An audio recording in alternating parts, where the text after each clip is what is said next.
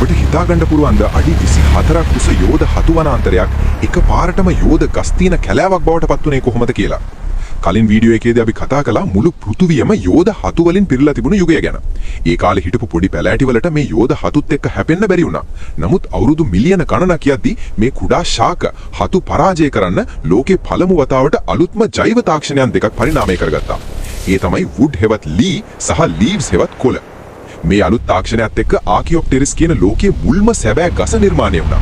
මේ ගස්වල ලී කදන් කොච්චර ශක්තිමත්ද කියනවා නම් ඒවා අඩි 100ක් විතර උසට අහසට නැගලා යෝධ කොළ අතු වලින් හිරුවෙලිය සම්පූර්ණයෙන්ම අවහිර කළා.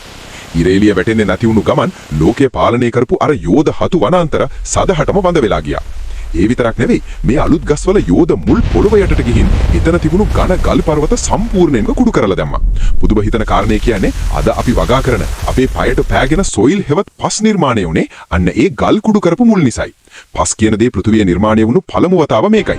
මේ ගස්වල යෝධ කොළ නිසා ලෝකේ පළමු වතාවට ප්‍රභා සංශ්ලේෂණයේ උපරිම වෙලා වායු ගෝලයට අති විශාල ඔක්සිජන් ප්‍රමාණයක් එකතු වෙන්න පටන් ගත්තා. ඊළඟ වීඩියෝ එකකින් අපි කතා කරන්නේ මේ අලුත් ගස් වනාන්තර වලින් පිට කරපු අධික ඔක්සිජන් නිසා රාජාලියන් තරම් ලොකු කෘමීන් සහ කිඹුලන් තරම් ලොකු පත්තෑයන් බිහි වුණු ලෝකයේ භයානකම යුගය ගැනයි.